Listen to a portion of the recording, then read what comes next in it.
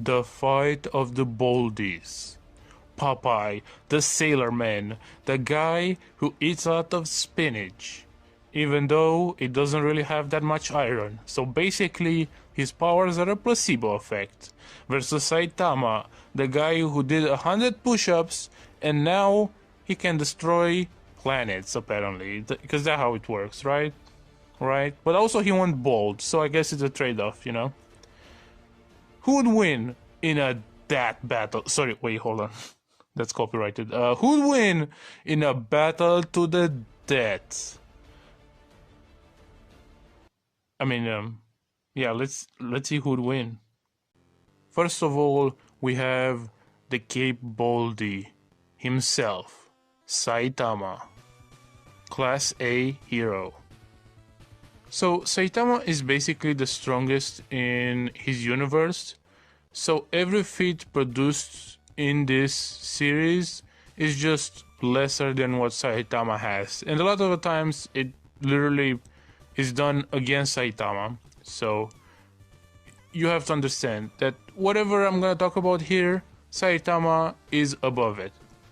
And I'm gonna start with something that's grandiose, it's gigantic, but it's still really nothing to Saitama, which is that time Psychorochi, while fighting Tatsumaki, was able to slash a portion of the planet. I would say that it's like a continent or maybe like a large country amount of terrain that was sliced off of Earth, making this feat obviously continental level, which is the level at which you can destroy a continent.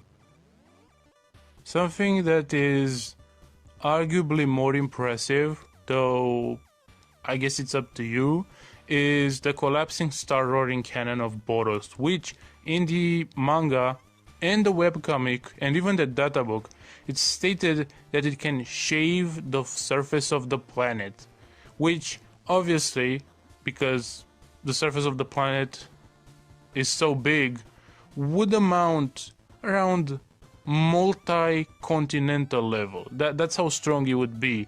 Meaning that if he, let's say, attacked a bunch of continents on Earth, it could probably destroy them.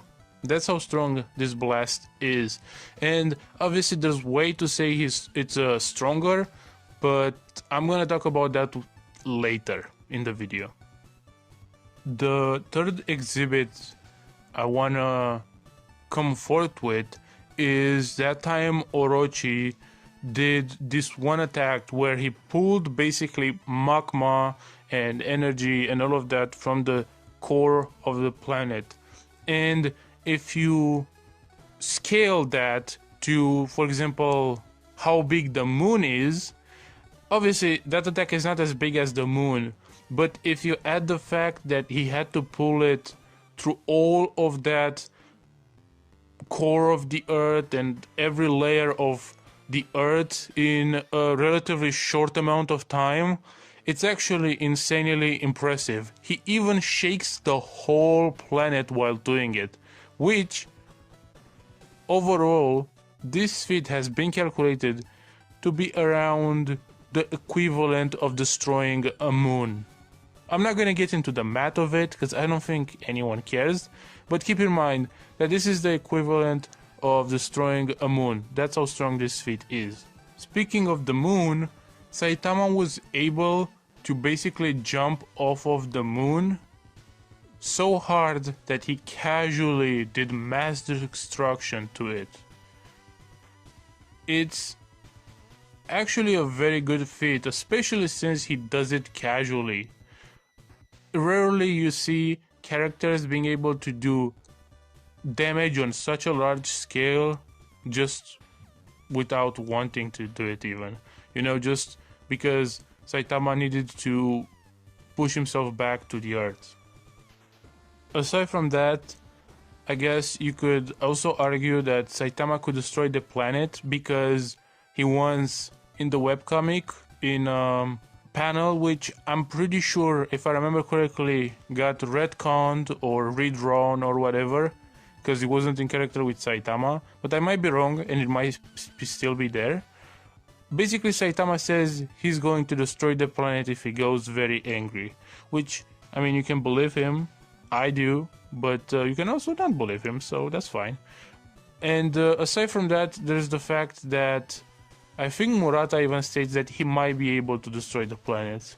And speaking of that, we also have to talk about the collapsing star rolling cannon, which, at least if you talk about the anime version of that attack and that Boros fight, Boros mentions that he's going to send the planet to hell, which you could interpret it as he will destroy the planet, but that's only in the anime. As I mentioned earlier, in the manga and the webcomic, he mentions only the surface of the planet.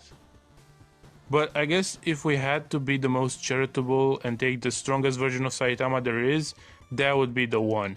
And further so, Boros's form, I forgot what was called, his second form, the one before Meteoric Burst, is stated that he is able to destroy planets, if I remember correctly. Or maybe it was Meteoric Burst, the one that was mentioned that he can destroy planet.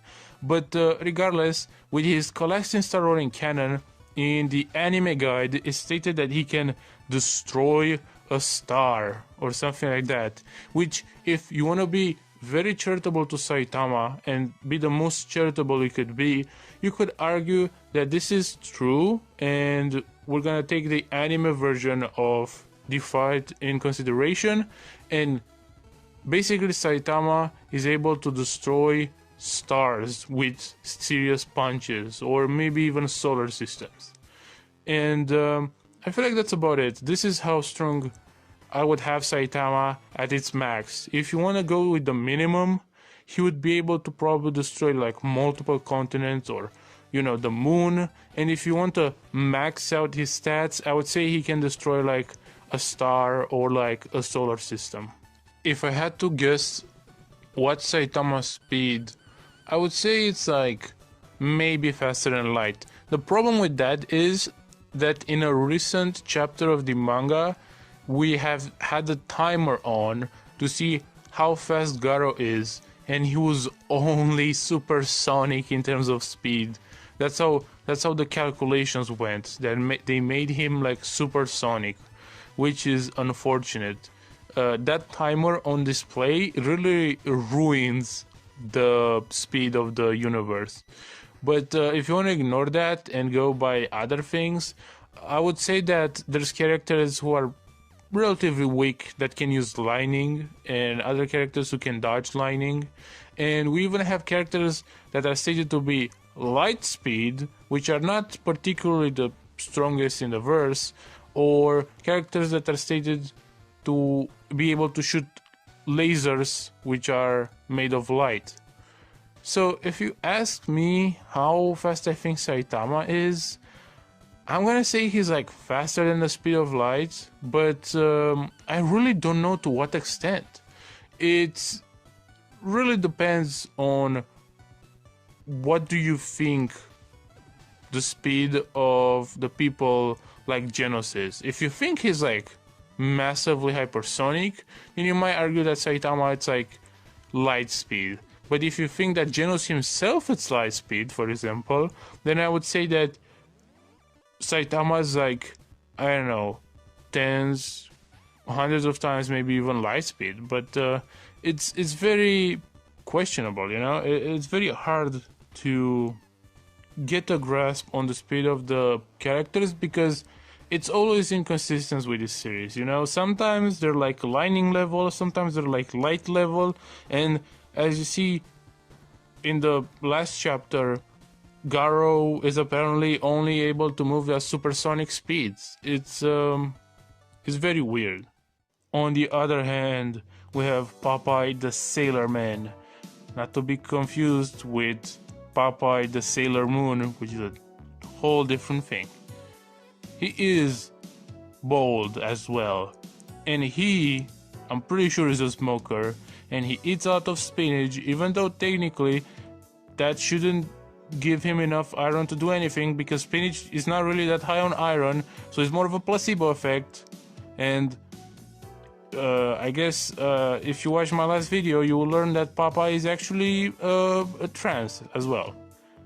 And he's also a little racist. And that's all you have to know about Popeye. Love that guy. Anyway, let's talk about how strong he is. Let's start with a feat that by the end of the video is gonna seem very unimpressive. I'm talking about the feat where Popeye punches Bluto so hard he sends him from, I want to say, around New York to Florida. And sending someone to Florida is a punishment I wish upon nobody. But that's nothing to Popeye, because keep in mind, he's the same person who was able to hit a baseball with a baseball bat so hard it went around the planet and came back on the other side. Or remember that he was able to punch Bluto around the earth. And if one time is not enough for you, in a comic he punches him so hard he spins 3 times around the earth until he reaches the ground. But Popeye's limits don't stop at the earth. He once punched Bluto so hard he actually arrived on the moon. Yes, on the moon. And he actually punched a boulder once that it went in space, went over the moon, and came back on Earth, which it's even more impressive. I mean, just at the speed that the Earth moves in the solar system and all of that, I don't even know how that works. But don't you believe for a second that Popeye is a guy who can just punch hard, because he actually was punched to the moon himself. Well, it wasn't necessarily punched, it was more like speared, but still, it's very similar. Oh, and there's that time when in a clash he and his opponent were able to shake the entire planet with their strength. And remember when he actually gave the sun a black eye? Or that time when he was able to actually seriously damage the sun by shooting an arrow at it? Isn't that very insane? Like, that must at least be planet level, given the size of, the sun. It's like it's a star. And how could I not mention that DC actually has a parody of Popeye in their comics? And while it's technically not canon to Popeye, I'm still gonna mention this parody because I think it's pretty funny that this guy fights Superman. I think it's Silver Age Superman, and Silver Age Superman is pretty insane. He was able to quote-unquote burst through infinity or attack a thing that is strong enough to endure the Big Bang itself, and even fought a guy who was a universe. And I feel like that's pretty insane. Even this bootleg Popeye DC made as a parody is like universe level. It's kinda crazy if you think about it. So in my last video on Popeye, I actually made a mistake. I mentioned how he defeated, or at least beat up, a 4th dimensional being. In actuality, this being is actually 7th dimensional. Keep in mind, we ourselves, humans, and everything in this universe is 3-dimensional. This monster cat thing has 4 more spatial dimensions than us, and Popeye beats its ass. That's how strong Popeye is. That's how cracked this guy is. Okay? He's absolutely insane. Looking back at it, he's one of the strongest cartoon characters ever. But it doesn't end there, because it's actually stated and said that there's not 7 dimensions, but there's 8 dimensions within the Popeye universe, multiverse, whatever.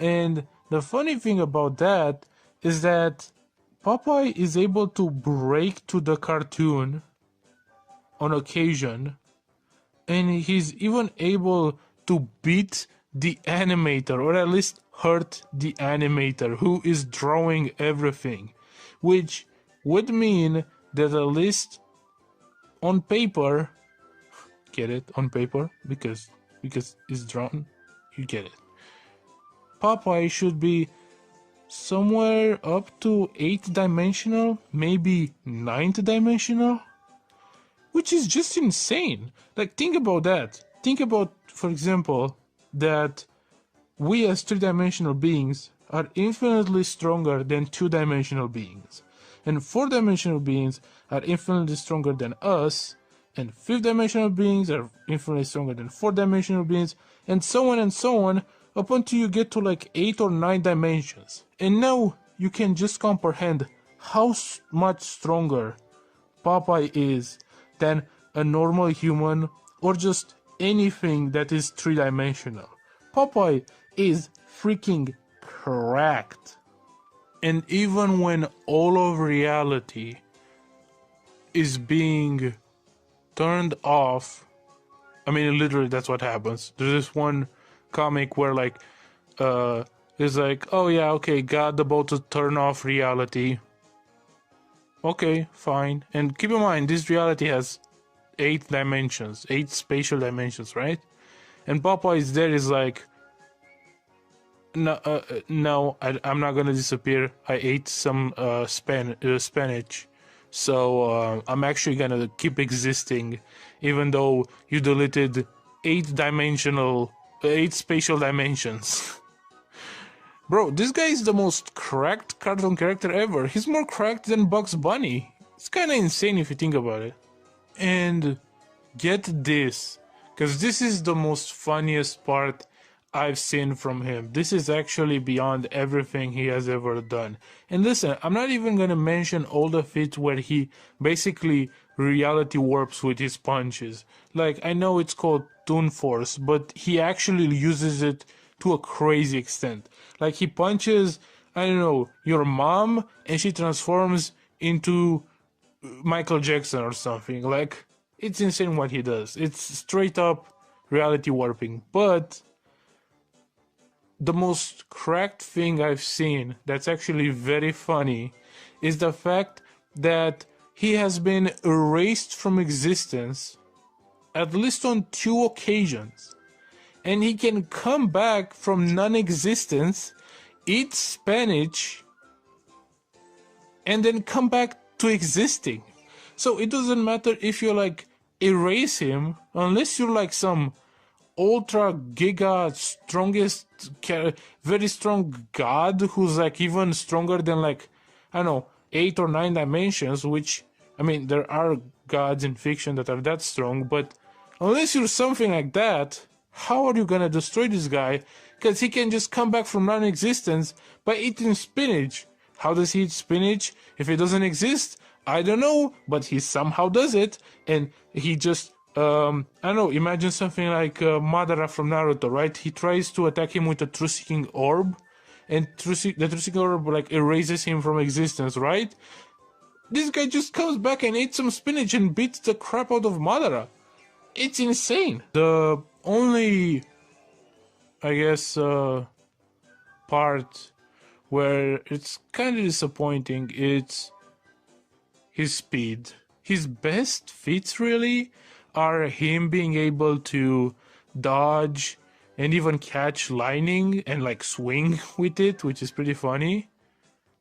And his other feat, which I think is like the best speed feat we have from him, it's him being able to just turn into a rocket and go from, I think, the moon or some other planet to Earth in like 2 seconds or something, which makes him like faster than light. But to be fair, given the fact that he's like 8 dimensional, I don't know. He might just be way stronger and faster than anyone could. He might just be like what some people call immeasurable or infinite speed just by his dimensionality alone. But I don't know. This is just something I heard, that when you're at that level, you automatically get this speed, though I don't really believe it. But if you want like palpable feats, his best feats are like faster than light, which is hilarious compared to his strength feats, you know? Now, the result of the battle is fairly obvious for me. I feel like Saitama really can't win here. When it comes to speed, he is probably superior to Popeye, because Popeye doesn't really have that many speed feats.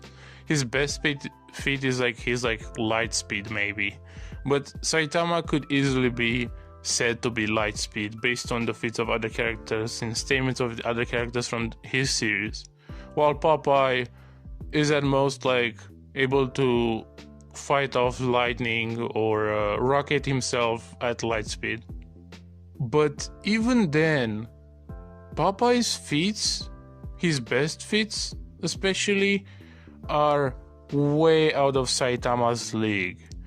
You are looking at a person who fought higher dimensional beings, whereas Saitama's best feat is that he might be able to destroy a star.